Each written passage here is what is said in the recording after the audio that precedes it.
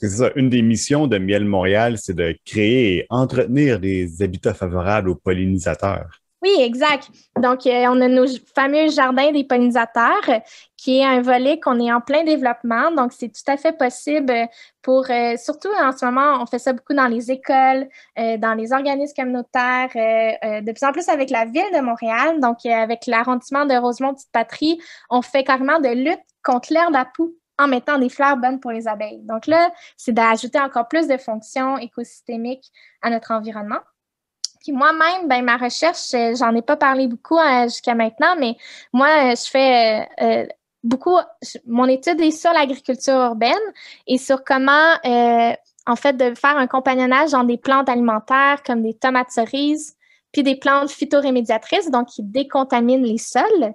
Mais là, ce qu'on veut voir aussi, c'est si des plantes qui font des fleurs bonnes pour les abeilles peuvent aussi décontaminer les sols, mais sans pour autant que les contaminants aident dans le nectar et nuisent aux pollinisateurs. Donc, c'est ce genre d'équilibre-là que la nature faisait bien avant nous, qui pourrait tranquillement aussi, si on veut, réparer tous les dégâts qu'on cause au quotidien.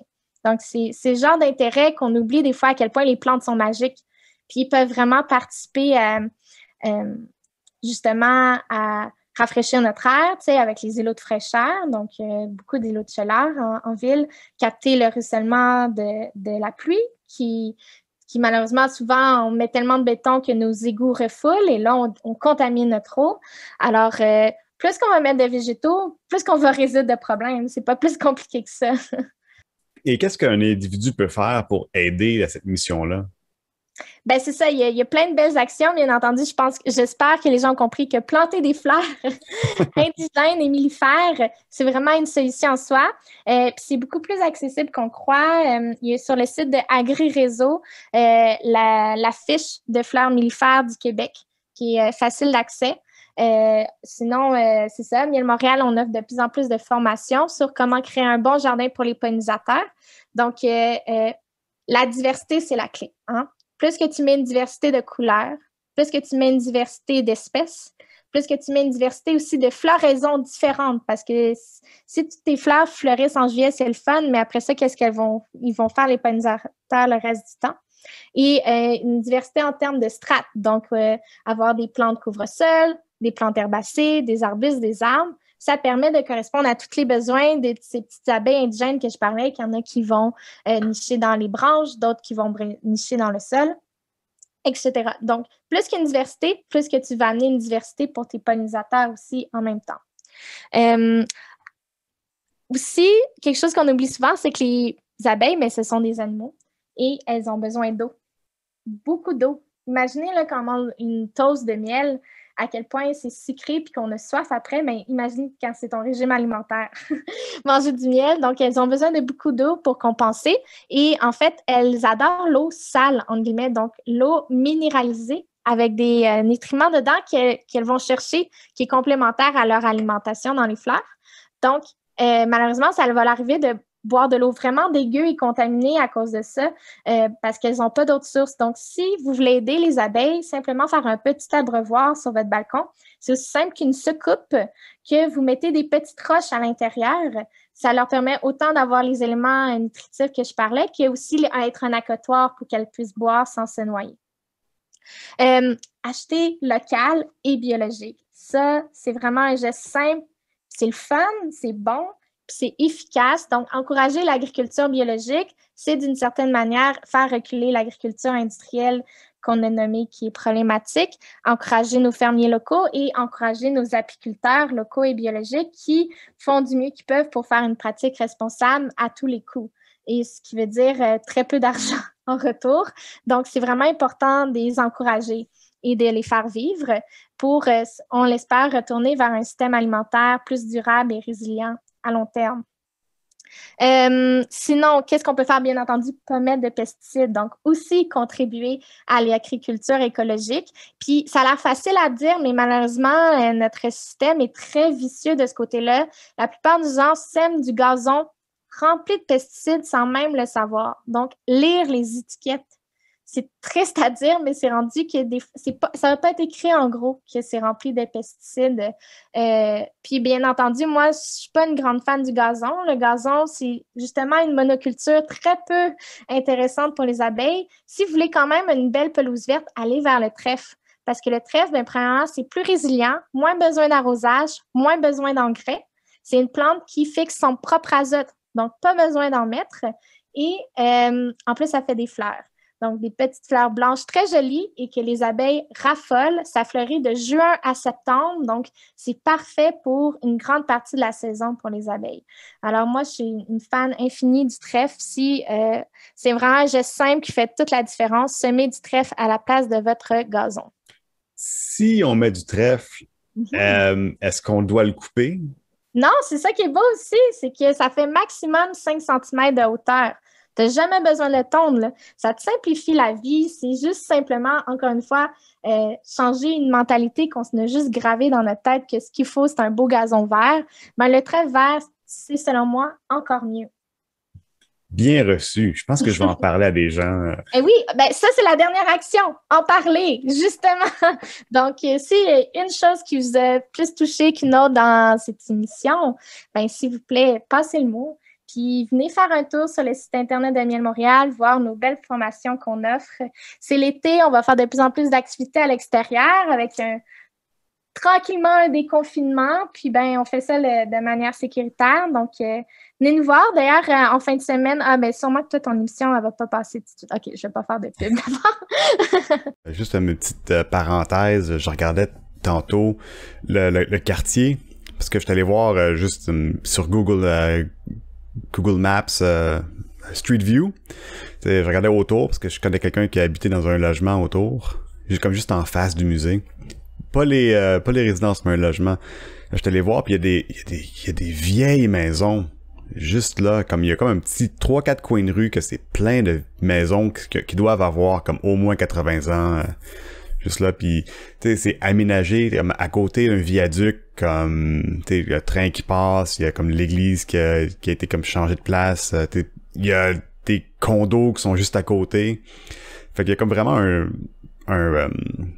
c'est un endroit fertile pour réfléchir à ce genre de problématiques-là.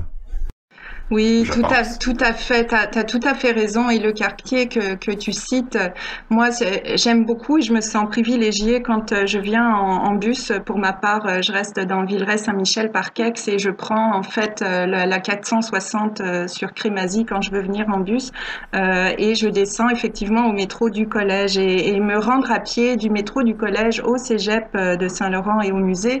On traverse ce quartier dont tu parles. J'adore ce moment-là parce que il y a effectivement ce rapport à cette architecture historique, ce côté patrimonial. Et là, on est effectivement dans le vieux Saint-Laurent. Alors au musée, on a mis sur pied une visite le vieux Saint-Laurent autrement et on propose des parcours pédestres aussi.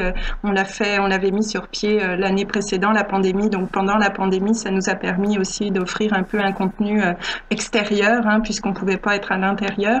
Mais je me sens privilégiée et c'est ce que j'aime, ce quartier à échelle humaine. C'est une notion maintenant que les gens commencent à bien intégrer, sur le plan politique également. Mais il y a vraiment, c'est une vraie réalité. C'est des quartiers qu'il faut protéger parce que c'est vrai qu'avec cette pression immobilière, si on n'y prend pas garde, ces maisons-là vont disparaître. Ça va effectivement, on va voir pousser des immeubles. Alors, ils pourraient être intéressants, mais malheureusement, ils le sont pas toujours. Donc, quand on est à la tête d'une municipalité comme Saint-Laurent, c'est certain qu'il y a de la pression immobilière. Les condos, c'est des taxes qui arrivent, etc. Il faut, je comprends très très bien ces enjeux-là. Néanmoins, moi, mon rôle, c'est effectivement de souligner la valeur patrimoniale et de dire que de garder ces quartiers-là, c'est aussi une destination touristique, c'est aussi de la valeur foncière qu'on conserve. Donc, s'il vous plaît, protégez et faites attention aux belles choses. Au Québec, l'histoire n'est pas très ancienne, mais elle est présente. Donc, ce que je souhaite vraiment, c'est qu'on puisse à tout le moins conserver ce qu'on a d'intéressant.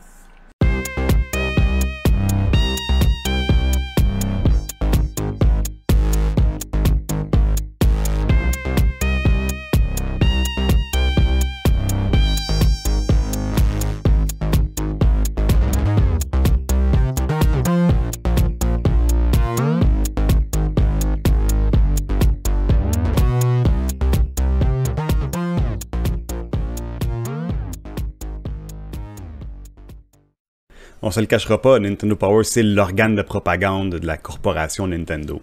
Ouais, exact. Puis ça, il y a eu des précédents. Atari avait aussi Atari Age, qui était une infolettre d'Atari qui était distribuée un peu partout. Fait que là-dessus, c'est pas nouveau. Sauf que chez Nintendo, le public, c'était des jeunes garçons. Puis ça aussi, c'est important. Avant Nintendo, on a souvent tendance à croire que les jeux vidéo, c'est l'affaire des petits gars. Mais avant Nintendo, c'était pas le cas. Avant Nintendo, chez Atari, tu regardes des publicités à la télé, tu regardes l'infolettre qui est distribuée par Atari, parle des nouveaux tournois qui ont lieu au Brésil, puis à Hong Kong, puis que, tu sais, l'action d'Atari a pris de la valeur, puis tout ça, puis tu te dis, crime, c'est pas fait pour des petits garçons, ça. Puis tu regardes les publicités, c'est la famille autour de la télé, c'est le père de famille qui va s'acheter une console Atari et tout ça. Fait que le jeu vidéo était vraiment comme les jeux d'arcade pour la société en général, peut-être plus un peu les jeunes, tu sais, les gens un petit peu techno et tout ça, mais c'était pas pour les enfants.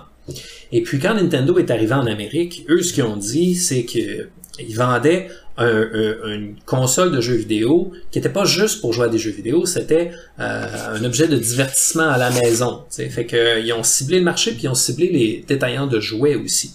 Avant, les consoles de jeux vidéo se vendaient dans les magasins à rayons, genre Sears, Eaton, Labé, tout ça. Et puis ça se vendait dans le rayon des articles de sport. Et puis quand Nintendo sont arrivés, là, les consoles de jeux vidéo ont commencé à être mises en marché comme jouets. Nintendo fabriquait des jouets, donc c'était l'extension de leur marché. Puis au Japon, c'est comme ça que c'était distribué. Donc ils sont arrivés en Amérique et ils ont commencé à les vendre chez Toys R Us et d'autres chaînes comme ça. Et puis ces chaînes-là, évidemment, le marché du jouet, c'est très genré. Ça aussi, c'est assez récent dans l'histoire. Pendant une longue période de temps, avant que le capitalisme sauvage ne s'en empare, les jouets étaient assez unisexes, puis il n'y avait pas trop de problèmes avec ça, mais évidemment, à un moment donné, les fabricants de jouets se sont dit, mais si on fait des jouets pour garçons et des jouets pour filles, ça va permettre qu'on va en vendre plus, parce que les parents pourront pas donner les jouets de la grande sœur au petit frère après, parce que ça va être des jouets de filles, puis ça prend des jouets de gars, tu sais. Fait que le jeu vidéo est rentré dans cette logique-là très binaire, et puis c'est bon, ben on vend tout ça dans le rayon des garçons ou dans le rayon des filles, ben on vend ça dans le rayon des garçons. Fait que le jeu vidéo est devenu pour les garçons, spécifiquement pour les garçons de 8 à 14 ans, qui n'avaient pas connu l'Atari et qui étaient sensibles, disons, aux petits personnages cartoonesques. Et ça, c'est venu avec les restrictions. Donc, Nintendo a fait de la censure de manière très proactive dans ses jeux et dans les jeux des développeurs tierce parties. Quand ils transféraient un jeu du Japon aux États-Unis, ils devaient enlever tout symbole religieux, même des croix sur des pierres tombales, par exemple, dans un cimetière. La croix, c'est un symbole chrétien, pas de croix. Toute référence à l'alcool, la drogue, le tabac, le sexe, etc. Tout ça était proscrit, pas le droit de montrer ça dans un jeu Nintendo. Et si vous lisez les livres d'instruction de l'époque, il y a personne qui meurt. On est battu, on a des chances ou des essais. C'est bien rare qu'on rencontre, t'as des vies puis tu meurs. C'est comme wow. Ouais, c'est ça. C'était dans l'optique de sécuriser les parents face au fait qu'ils achètent un jouet pour leur enfant. Oui, exactement. Puis il y avait aussi la crainte d'un sentiment anti-japonais qui était très présent aux États-Unis à l'époque. Les États-Unis, après la Deuxième Guerre mondiale, ont occupé le Japon et ils se sont dit stratégiquement, c'est une société qui va nous permettre de nous approvisionner en matériaux technologiques, en objets, en articles de consommation. Tu sais, le Japon est devenu le centre de production qui aujourd'hui a été repris par la Chine, disons. Pendant un bout de temps, là, quand les choses étaient faites au Japon, ça voulait dire que c'était cheap, puis que c'était bon, etc., etc. Éventuellement, le Japon est devenu spécialiste des hautes technologies puis de la miniaturisation. Puis là, soudainement, c'est devenu une menace parce que là, il y avait des emplois américains qui se perdaient parce qu'on s'approvisionnait plutôt chez les Japonais parce que c'était moins cher. Fait qu'il y avait un certain ressentiment là, contre les Japonais à l'époque. Et puis, Nintendo était très, très, très conscient de ça. Puis, il voulait pas qu'il y ait une machine du Japon qui vienne voler une industrie américaine. C'est d'ailleurs le livre de David Sheff de 1993 sur Nintendo qui s'appelle Game Over, How Nintendo Zapped an American Industry, Captured Your Dollars and Enslaved Your Children. Tu vois tout le concentré de japanophobie, si je peux dire, là, dans ce titre-là. Là. Fait qu'ils étaient très prudents puis ils voulaient pas qu'il y ait un backlash parce que y a un jeu de Nintendo dans lequel les gens ils vont à l'église puis il y a des démons puis tu sais, satanisme puis tout ça.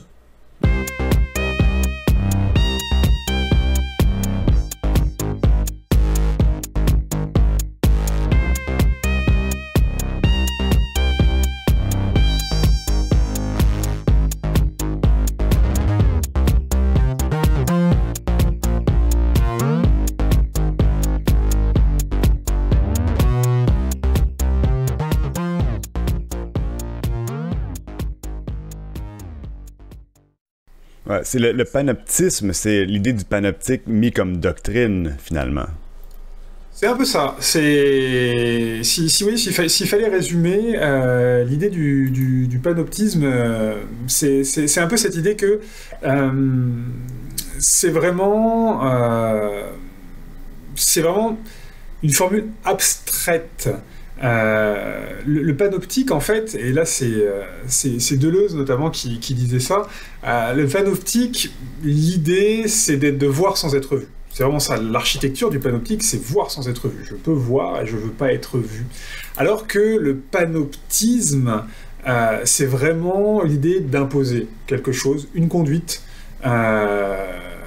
c'est d'imposer une conduite. Mais pas donc par la coercition, pas par la force. Voilà, on l'impose parce que dans l'espace dans lequel on se trouve, on a mis en place un système panoptique, peu importe lequel, pas que forcément celui de Bentham, hein, et puis on va parler après éventuellement de numérique, on peut parler de plein de choses, de reconnaissance faciale, enfin d'énormément de choses, en termes de dispositifs, pour prendre le terme de Foucault, mais voilà, on arrive à un mode de conduite des comportements, qui est effectivement basé sur l'idée que les surveillants nous voient sans qu'on puisse nous les voir.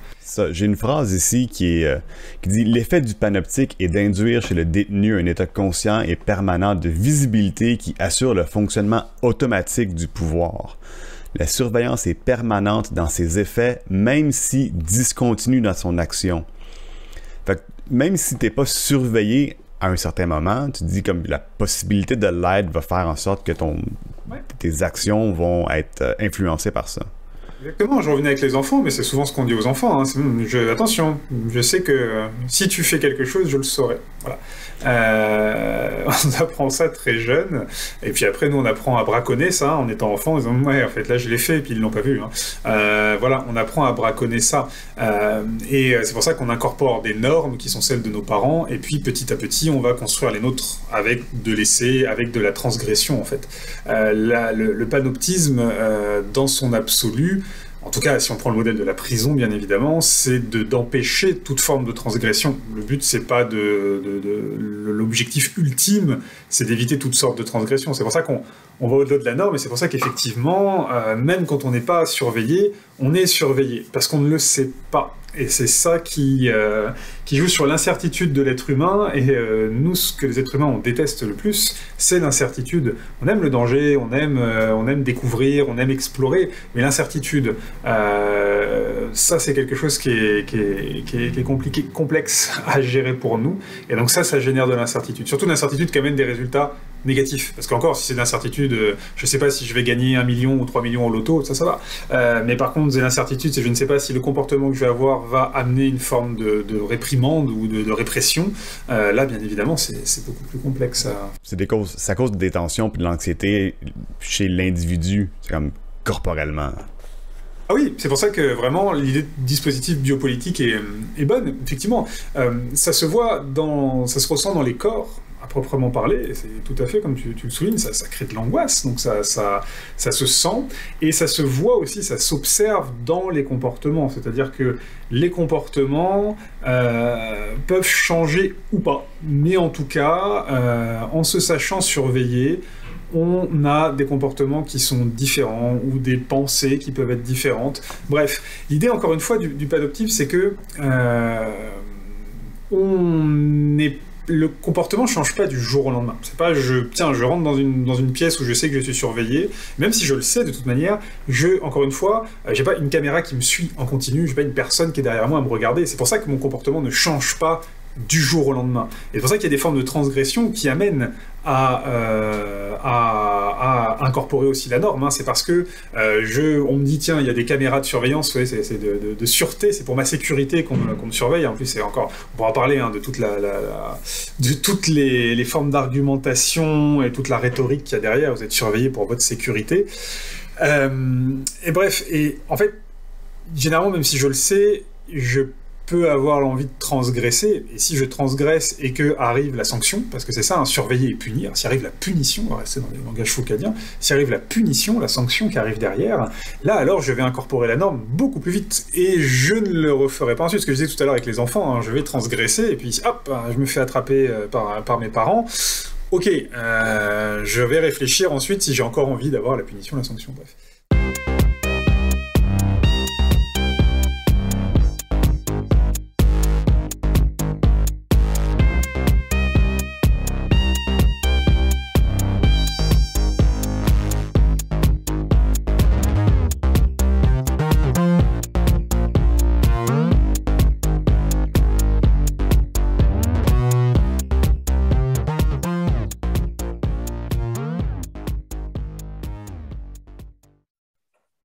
Je pensais à des amis qui me disaient que il faut se raconter l'histoire québécoise, il faut avoir des héros québécois. On se raconte pas nos héros. Puis là, il y a d'Iberville, tu sais. D'Iberville, c'est un héros, c'est un gars qui était cool, là, il s'est battu contre les Anglais, puis tout ça.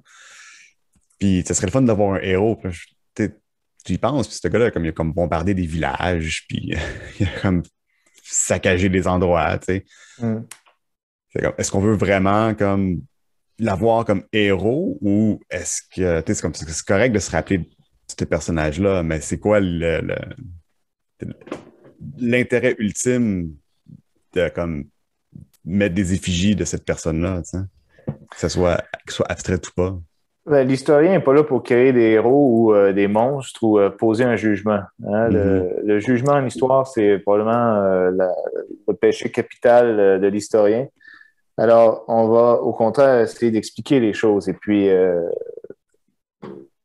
bon, l'enjeu de la commémoration, de la mémorialisation des personnages, en faire des héros ou les mettre sur des piédestals, hein, c'est ça une statue, c'est élever quelqu'un au-dessus de la personne le personnage historique qu'il était, hein, c'est en faire des gens plus grands que nature.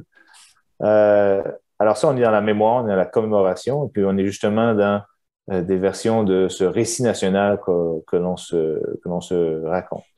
Alors l'historien est là pour justement mettre ça en perspective, et cette envie de se trouver des héros ou raconter une histoire qui est belle pour inspirer la fierté nationale, ben ça, c'est une commande qui est soit politique ou idéologique, mais disons que l'historien professionnel cherche à s'en détacher le plus possible. Mm-hmm. Ouais, c'est ça, parce que ces choses-là, ils ont eu lieu dans des contextes particuliers, avec comme des causes et des conséquences précises aussi. C'est pas juste...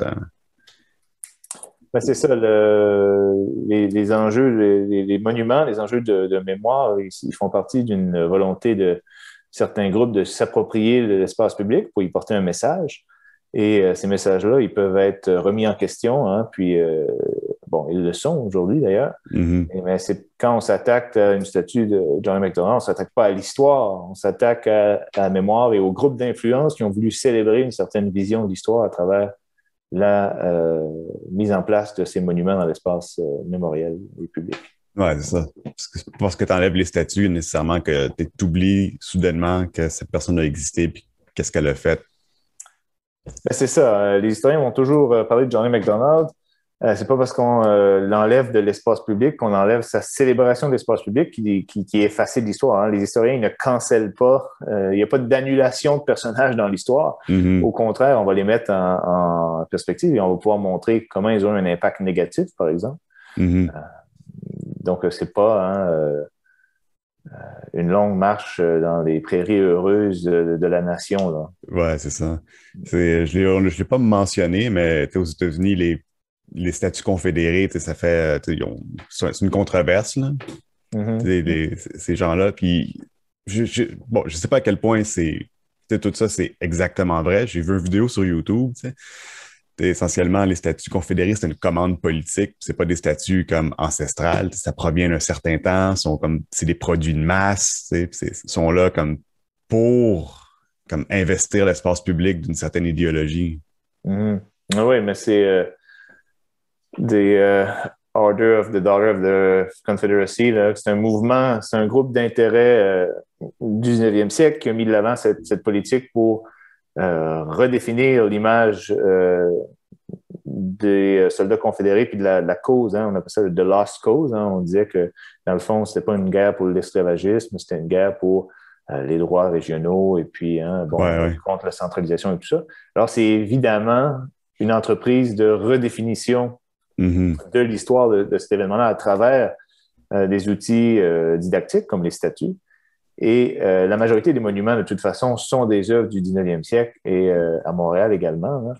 Et on pourrait penser au monument de Johnny MacDonald comme un peu dans la même lignée. Hein. Ce sont des groupes, dans le cas de Montréal, ce sont des groupes de bourgeois du 19e siècle qui se sont mis ensemble pour créer un comité, pour créer un monument. Puis, il y avait une visée idéologique, politique derrière ça. Il y avait un message qu'on voulait passer.